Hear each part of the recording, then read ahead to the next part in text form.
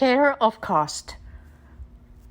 This is something patients hear often, especially when it is not met and they are asked to pay upfront.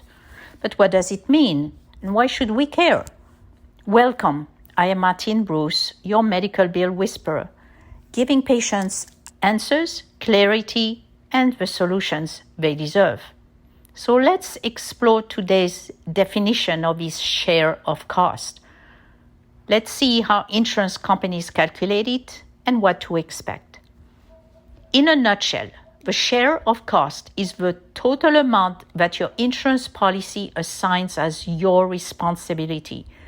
It is what your doctor is owed minus what the insurance may have paid. It usually has three components. First, the deductible. That's what patients pay first before their insurance even thinks of pulling out their checkbooks. You can find the amount online or listed in your policy. It can be high, $7,000 here, or low, again, depending on your policy. The co-insurance or out-of-pocket is a percentage. Once the deductible has been met, your insurance will start to make payments on claims. This is a 90-10 policy. For example, the insurance pays 90%, patients pay 10%. If a doctor is owed $50, for example, the insurance would pay 90%, $45, leaving the patient with a $5, 10% co-insurance. Good news, once the deductible and co-insurance are met, the insurance pays 100%. Copays are those annoying little things a doctor will ask every time you walk through the door. They are often listed on your insurance card. Specialist visits are usually higher than for a regular primary care physician, and those copays mostly affect doctors or ER visits. Calculations can become a little tricky, so hang on.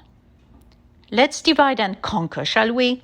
By in and out of network, and do watch my more in-depth video on the topic. An in-network provider has signed a contract with your plan. They give you a discount, and in exchange, the insurance guarantees a set fee as payment for the service. The fee guaranteed to the doctor is called an allowance. That allowance is what is credited towards your deductible, co-insurance, or both. And remember, once both has been met, the allowance is then paid in full by your insurance. Out-of-network providers have signed no contract. They give no discount, but expect 100% of their fee to be paid by someone. So without a set agreed upon fee, the insurance can determine whatever amount they want as an allowance, and it's usually very low, a small portion of the amount billed. And sometimes it feels like it's a figure taken right out of a hat. That small allowance is credited towards your yearly share of cost, not the amount billed. Here, the allowance is about 10% of the amount billed. That's what is credited towards the share of cost. So what to expect? First, the in-network share of cost is always lower and always met faster. The out-of-network share of cost is separate, higher, even double. And because only a tiny allowance is credited towards it, you may never meet it. And therefore, you could be held liable for all out-of-network claims up to 100% of the amount billed, and that will hurt. So let me offer you some tips.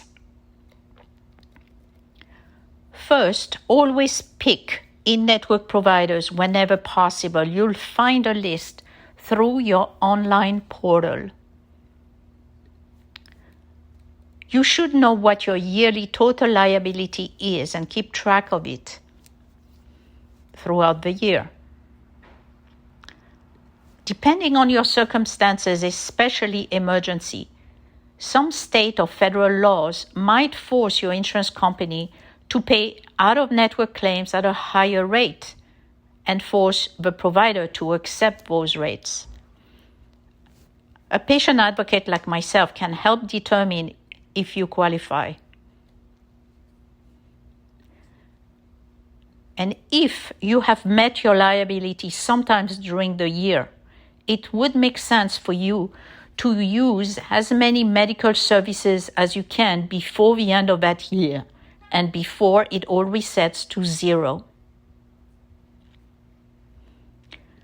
And as always, never forget, patients have rights, insurance companies have a duty to you, and providers have rules they must abide by. I thank you for watching. Did you know your subscribe, likes, and comments will help this channel grow to reach out to more patients like you? Thank you.